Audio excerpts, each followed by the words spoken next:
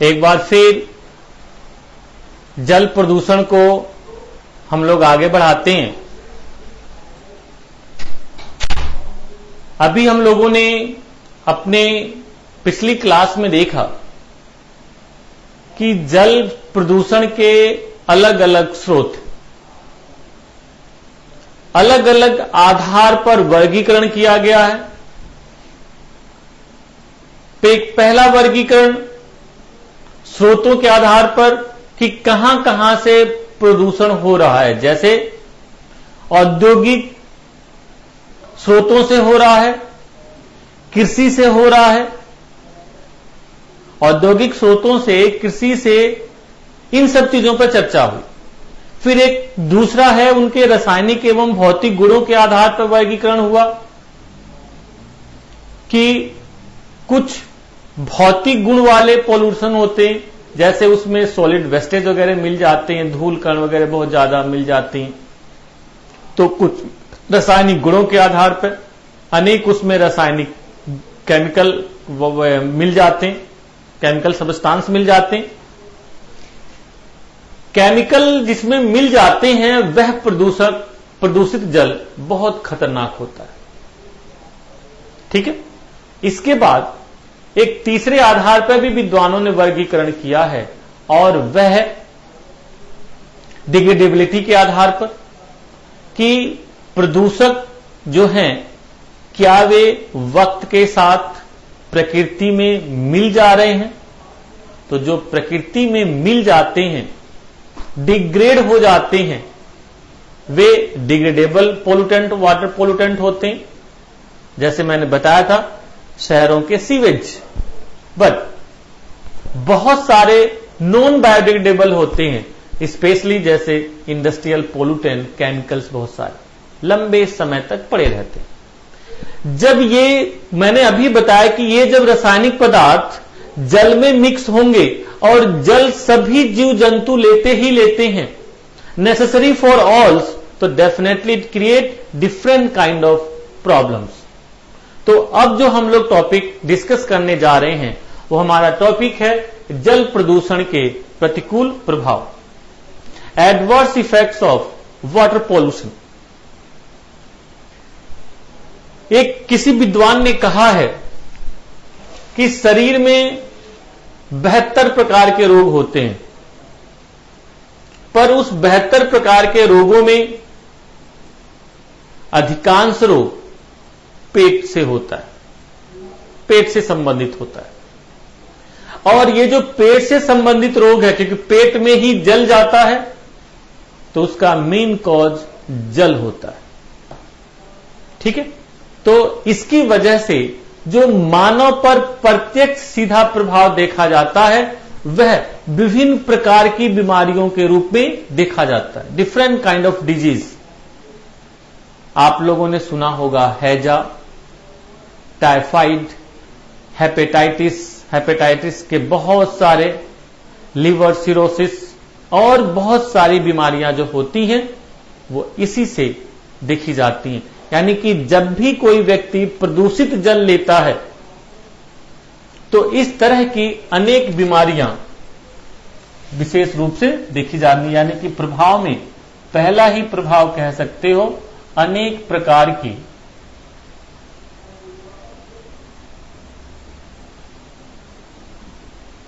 बीमारियों का स्रोत। इसीलिए विद्वानों ने कहा है कि पानी जो भी पीना चाहिए शुद्ध होना चाहिए, शुद्ध जल बहुत जरूरी होता है। तो उसी में आप लोगों ने अनेक बीमारियां जैसे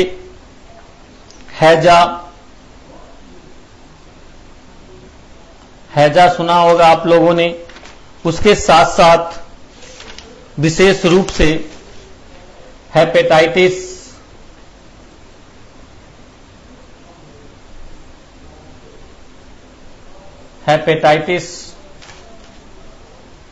पीलिया, जॉन्डिस,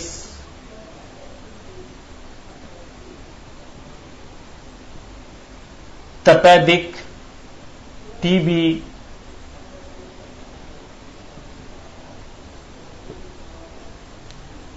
मियादी ज्वर,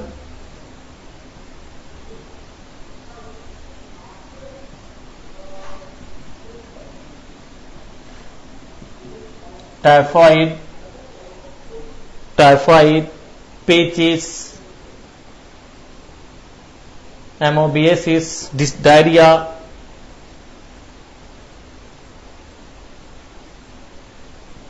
डायरिया, अनेक बीमारियां। इसके साथ साथ एक विशेष चीज देखी जाती है, ये तो जब जल में सामान्य रूप से बैक्टीरिया, वायरस पैदा हो जाते हैं, जब केमिकल या उनका भौतिक गुणों में परिवर्तन होता है तो ऐसे जल में बैक्टीरिया वगैरह पैदा हो जाते हैं, जिनकी वजह से सामान्य रूप से बीमारी देखी जाती है। परंतु जब भी कभी कभी कुछ केमिकल सब्सटेंस, जैसे आप लोगों ने एस्बेस्टस सुना होगा, यू नो अबाउट एस्बेस्टस। जब भी एस्बेस्टस जल में मिल जाता है तो एक बीमारी हो जाती है, एस्बेस्टोसिस।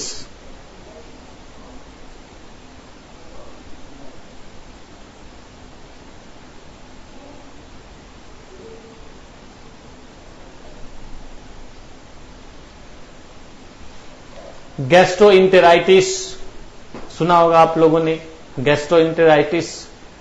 अनेक प्रकार की बीमारियां यहां पर विशेष रूप से देखी जाती। इसके साथ साथ जब कुछ विशेष प्रकार के केमिकल्स जैसे नाइट्रेट, कैडमियम, पारा जल में ज्यादा मिक्स हो जाते हैं तो कुछ विशेष प्रकार की बीमारियां होती हैं, जो आप इस तरह से देख सकते। यानी कि जब पेयजल में, जो हमारा ड्रिंकिंग वाटर है, पेयजल में कुछ रसायनों के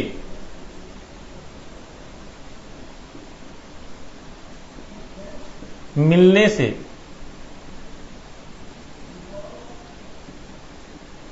होने वाली बीमारियां, जैसे आप लोगों ने सुना होगा कि जब जल में नाइट्रेट ज्यादा मात्रा में मिक्स हो जाता है तो एक बीमारी होती है blue baby syndrome. Blue baby syndrome हो जाते हैं। ब्लू बेबी सिंड्रोम शायद आप लोग जानते होंगे, हिंदी में भी ब्लू बेबी ही बोला जाता है। ब्लू बेबी जिन बच्चों को पैदाइशी हार्ट में प्रॉब्लम होती है, जैसे हार्ट में छेद है, वॉल्व काम नहीं कर रहे हैं सही ढंग से, या कई भी तरह की हो सकती है, तो जब ये बच्चे रोते हैं तो उनके नाखून वगैरह, जो नाखून है ये नीले हो जाते हैं, उनके होठ अचानक नीले हो जाएंगे, उनके हाथ की नसें जो होती हैं बहुत सारी वे नीली हो जाएंगी। तो ऐसे ही बेबी को कहा जाता है ब्लू बेबी सिंड्रोम। ठीक है, तो ब्लू बेबी सिंड्रोम हो जाते हैं। उसके साथ साथ जब जल में कैडमियम की मात्रा ज्यादा हो जाती है तो एक रोग होता है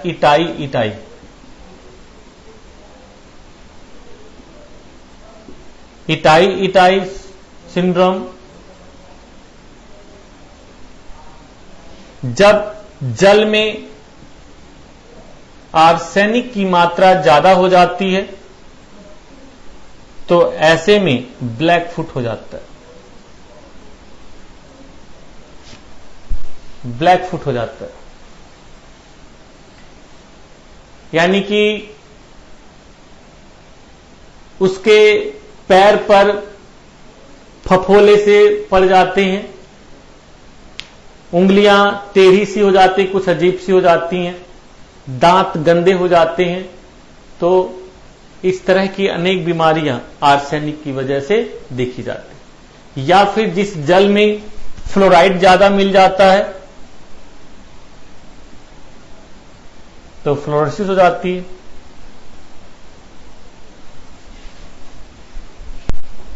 इसकी वजह से हड्डियां कुछ ज्यादा ही मजबूत हो जाती हैं और परिणाम यह होता है कि हड्डियां टेढ़ी हो जाती हैं।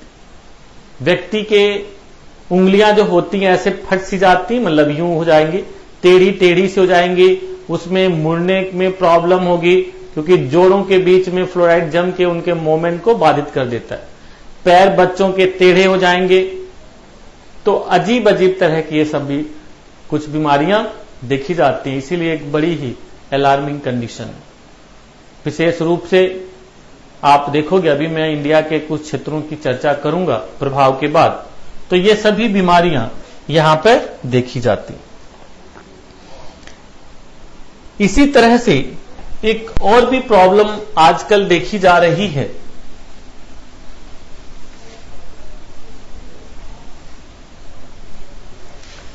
सुपोषण की।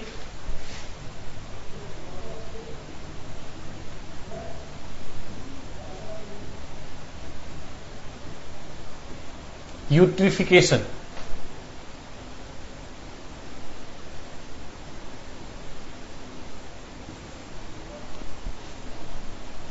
यूट्रिफिकेशन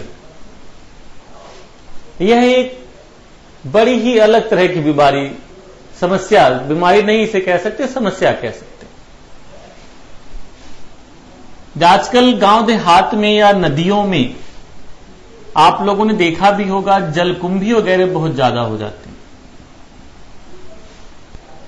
जलकुंभी आदि बहुत ज्यादा देखी जा रही। होता यह है कि जैसे मान लिया यहां पे खेत हैं, इस खेत में आपने बहुत ज्यादा यूरिया वगैरह इस्तेमाल किया, यूरिया पोटास वगैरह आदि इस्तेमाल आपने यहां पे किया इस रीजन में। अब यूरिया का जब यूज हुआ तो यूरिया तो पूरी मात्रा में गलती नहीं है, पूरी मात्रा में जंतुओं द्वारा, पौधों द्वारा एब्जॉर्ब नहीं होती है, तो परिणाम यह होता है कि ये जमीन में पड़ी रहती है। अब यहां पर बारिश हुई तो बारिश के बाद यह जल में घुलकर यह तुरंत यहां पर नदी, नाले, तालाब, पोखरों में पहुंचने लगे। अब परिणाम यह होता है कि इस जल में यूरिया तो बेसिकली पौधों का एक पोषक तत्व है, तो अब धीरे धीरे इस जल में यूरिया की मात्रा बढ़ गई, अर्थात पोषक पदार्थों की मात्रा बढ़ गई। अब पोषक पदार्थों की मात्रा बढ़ने का मतलब यह है कि यहां पर बहुत बड़ी मात्रा में तेजी से, बहुत बड़ी मात्रा में तेजी से जलकुंभी का विकास होने लगता है, जिसका परिणाम यह हो रहा है कि ये इतनी ज्यादा घनी हो जा रही हैं कि नीचे के जंतु, जो भी मछलियां वगैरह हैं, जलीय जंतु, उनके लिए ऑक्सीजन नहीं मिल पा रहा है। इनके लिए ऑक्सीजन नहीं मिल पा रहा है, इनकी गति बाधित हो रही है, जो पानी में ऑक्सीजन है ये खींच ले रही हैं। परिणाम ये हो रहा है कि जो जलीय जंतु, एक्वेटिक लाइफ है, वे खत्म हो जा रही हैं और चारों ओर सिर्फ और सिर्फ ये जंगल, ये जलकुंभी दिख रहे हैं। यह स्थिति अनेक क्षेत्रों में अलार्मिंग की कंडीशन खड़ी कर दी है, अलार्मिंग कंडीशन बना दी है। जैसे ये जलकुंभी इतनी ज्यादा हो जा रही हैं कि नदियों के प्राकृतिक प्रवाह को भी बाधित कर दे रही हैं, जिससे बाढ़ की समस्या तक खड़ी हो जा रही है। अनेक राज्यों में, जैसे विशेष रूप से वेस्ट बंगाल में यह समस्या काफी सीरियस देखी गई है, विशेष रूप से हुगली रिवर के क्षेत्र में। ठीक है, इस तरह की समस्या भारत के ग्रामीण क्षेत्रों, पंजाब, हरियाणा, उत्तर प्रदेश, बिहार में भी विशेष रूप से देखी जा रही है। परिणाम ये हो गया कि ये तालाब, पोखरे आज की डेट में यूजलेस हो गए। यहां तक ये सीवियर कंडीशन बन जा रही है कि इन तालाब, पोखरों में भूल से कोई भैंस, गाय घुस गई नहाने, तो उसके पैर वगैरह फंस जा रहे हैं, उसके पैर आदि फंस जा रहे हैं, तो प्रॉब्लम हो जा रही है। ठीक है, तो कई तरह की समस्याएं ये खड़ी हो गई हैं यहां पर, तो ये आप लोग ध्यान रखिएगा।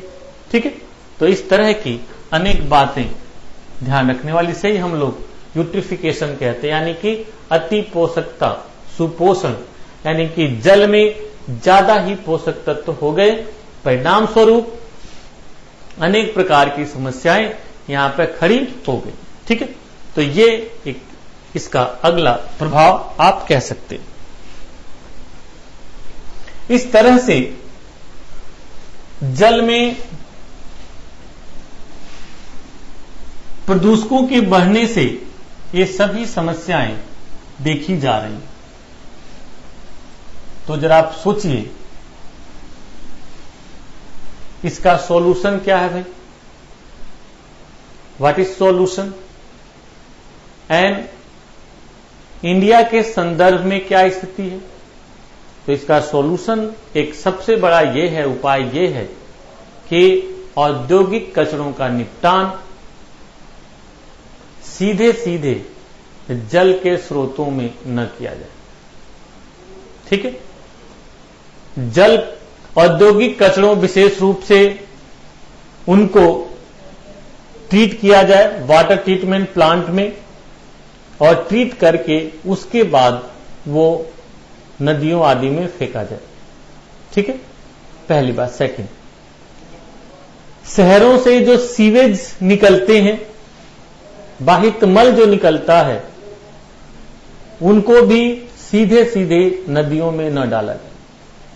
ठीक है, उनको भी सीधे सीधे नदियों में नहीं डालना चाहिए, तो उससे हम लोग बच सकते। ठीक है, फिर उसके साथ साथ हम लोग भी खुद अवेयर रहें कि नदियों में किसी भी प्रकार का कचरा आदि ना फेंके। यह एक उपाय।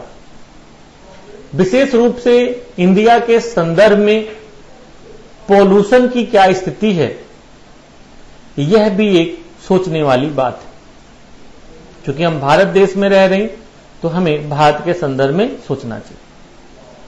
भारत के संदर्भ में आप देखेंगे तो बड़ी ही कई जगहों पर अलार्मिंग कंडीशन देखी जा रही है। देश की अनेक बड़ी बड़ी नदियां प्रदूषित होती जा रही हैं। भारत की ऐसी बहुत सारी नदियां हैं जिनका जल पीने योग्य, नहाने योग्य तो दूर, छूने योग्य तक नहीं। जैसे दिल्ली के पास यमुना नदी, दिल्ली से लेके मथुरा आगरा तक यमुना नदी की स्थिति यह है कि यमुना नदी बेसिकली एक नाला है। आप देखेंगे तो बड़ा ही दुख होता है कि क्या वही गंगा है जिसके किनारे कृष्ण भगवान खेला करते थे। भारत की अनेक सांस्कृतिक कहानियां मिलती हैं, बड़ा दुख होता है। और यही स्थिति आज की डेट में धीरे धीरे यमुना की, गंगा की भी बनती जा रही। तो भारत के संदर्भ में न सिर्फ गंगा यमुना बल्कि और भी अनेक नदियां हैं। आप लोगों ने दामोदर का नाम सुना होगा। दामोदर नदी इतनी प्रदूषित हो गई है कि आज उसे बंजर नदी भी कहते हैं। यमुना को भी बंजर नदी कहा जाता है, आप लोग ध्यान रखिए। बंजर नदी से यहां पर मतलब यह है कि जहां पर जल है वहां जीवन है, परंतु इस जल में जीवन नहीं है। एक सबसे खास बात है, जल जो जीवन है, परंतु इस जल में जीवन नहीं है, क्योंकि यह जल बहुत ज्यादा प्रदूषित है, हाईली पॉल्यूटेड। ठीक है, तो थोड़ा हम लोग देखते हैं इंडिया के संदर्भ। इंडिया के संदर्भ में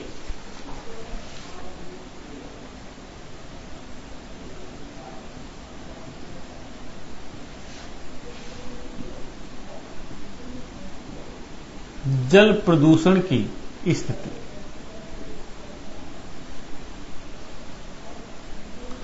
इंडिया के संदर्भ में जल प्रदूषण की स्थिति की बात की जाए तो यहां पर अनेक नदियां परमानेंटली गंदी हो गई। विशेष रूप से भारत के संदर्भ में नदियां अत्यधिक प्रदूषित हुई।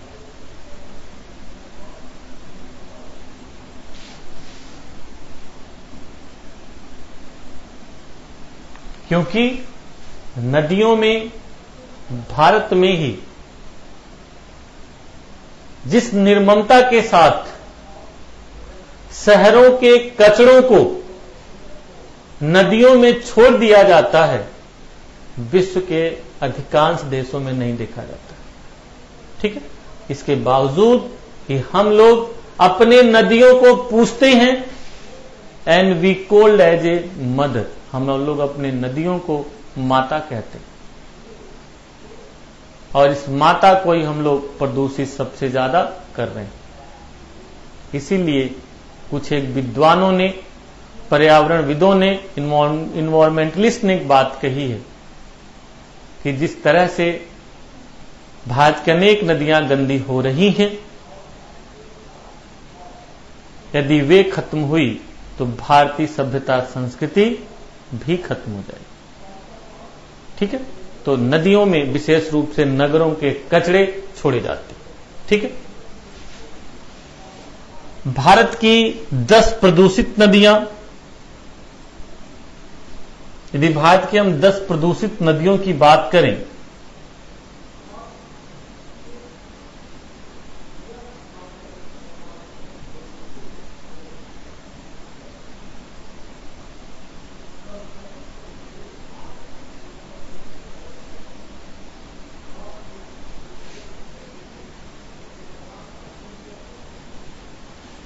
नदी राज्य अमलाखेड़ी। अमलाखेड़ी ये गुजरात में नदी है। आप लोगों ने अंकलेश्वर सुना होगा।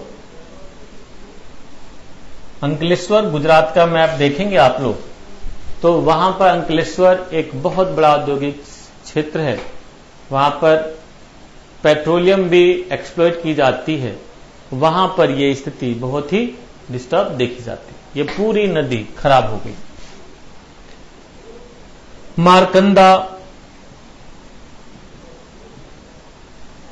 मारकंडा इन हरियाणा,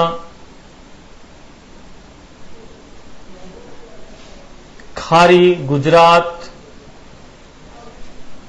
अहमदाबाद में है ये।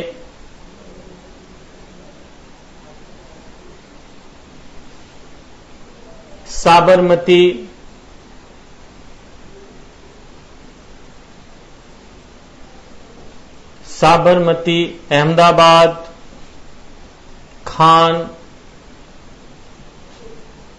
मध्य प्रदेश,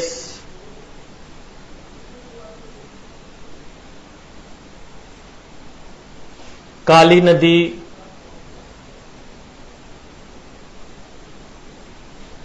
बुलंदशहर। ये इतनी गंदी है, ये शहर के बीचों बीच से निकलती है और पूरे शहर का कचरा यहां पर छोड़ा जाता है। हिंडन, गाजियाबाद उत्तर प्रदेश, से दोनों यूपी में हैं। गाजियाबाद,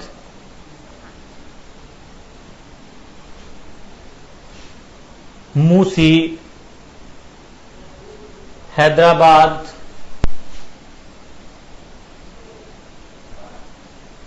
तेलंगाना आप लोग जानते ही हैं, हैदराबाद इस समय तेलंगाना में है। या फिर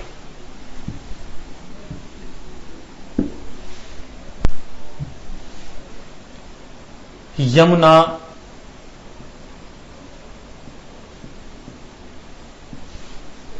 दिल्ली,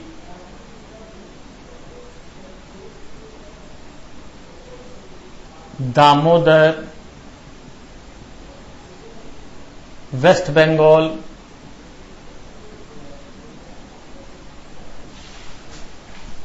ये ऐसी नदियां हैं जो बहुत ज्यादा प्रदूषित हो गई।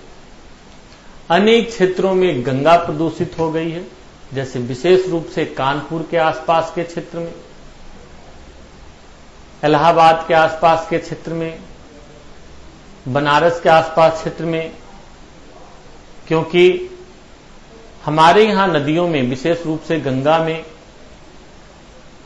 बहुत सारे अवशिष्ट का निपटान किया जाता है। धार्मिक कृत्य जब भी होते हैं तो धार्मिक कृत्य के जो भी अवशिष्ट निकलते हैं, राख वगैरह, वो गंगा में छोड़ी जाती हैं। शव वगैरह, अधजले शव गंगा में छोड़ दिए जाते हैं। तो परिणाम ये होता है कि नदी का जल प्रदूषित हुआ है। ठीक है। अभी एक लेटेस्ट सर्वे था, विशेष रूप से बेंगलोर में, वहां की झीलें इतनी प्रदूषित हो गई हैं कि उनमें शाम के समय आग सी निकलती है। आग से निकलने का मतलब यह है कि उसमें माना यह जा रहा है कि मीथेन गैस बनती है और वे शाम को जलती रहती हैं। तो वैसे तो पूरे दिन जलती हैं, पर शाम के रात में वो चट स्पष्ट रूप से जलने की वहां पर अपीयरेंस दिखाई देती है। इसी तरह से आप लोगों ने गोरखपुर का नाम सुना होगा। गोरखपुर में राप्ती रिवर है, वहां पर भी एक झील है, वह भी झील गंदी हो गई है। लखनऊ के किनारे जो गोमती नदी है, वह भी काफी हद तक पोल्यूटेड हो गई है, डेड सी हो गई है कई क्षेत्रों में। तो हम लोग अपनी नदियों को बहुत ज्यादा इस समय प्रदूषित कर रहे हैं भारत के संदर्भ में। उसके साथ साथ भूगर्भीय जल भी भारत में बहुत ज्यादा, क्योंकि जब नदियां गंदी होंगी तो वही जल परकोलेट होकर नीचे भी पहुंचेगा। तो विशेष रूप से गंगा के मैदानी भाग में, जैसा भी मैंने बताया भी था आप लोगों को, कि कानपुर के आसपास में गंगा में प्रदूषण का स्तर इतना बढ़ गया है कि न सिर्फ सतही जल गंदा हो गया है, बल्कि भूगर्भीय जल में बहुत ज्यादा आर्सेनिक की मात्रा देखी जा रही है। इसी तरह से कोलकाता शहर के आसपास के क्षेत्रों में आर्सेनिक की मात्रा बहुत ज्यादा मिल रही है। राजस्थान के अनेक क्षेत्रों में भूगर्भीय जल में फ्लोराइड की मात्रा बहुत ज्यादा देखी जा रही है। ठीक है। तो अनेक परिस्थितियां, अनेक क्षेत्र ऐसे हैं कि काफी जल हमारा प्रदूषित हो गया है और इस दिशा में सरकार कुछ काम भी कर रही है। इस पर चर्चा हम लोग विशेष रूप से अलग से करेंगे, क्योंकि वह आपके मेंस एग्जामिनेशन के लिए इंपॉर्टेंट है। और आप लोग आज प्रेजेंट टाइम में नमामि गंगा आप लोगों ने परियोजना सुनी भी होगी। इसकी मैं विशेष रूप से चर्चा, समसामयिक जो मुद्दा मैंने टॉपिक लिखा हुआ है कि क्या क्या हमें पढ़ना है, तो उसमें एक टॉपिक मैंने लास्ट में समसामयिक मुद्दा भी दिया हुआ है, जो कंटेम्परेरी इश्यूज हैं। In contemporary issues I will be discuss broadly. ठीक है। क्योंकि गवर्नमेंट इस पर काम कर रही है। अभी गवर्नमेंट ने देखा होगा फंड भी कलेक्ट की है और इसके लिए अपने बजट में विशेष रूप से धन का आवंटन भी किया। ठीक है। तो इस पर हम लोग चर्चा करेंगे। Okay, bye.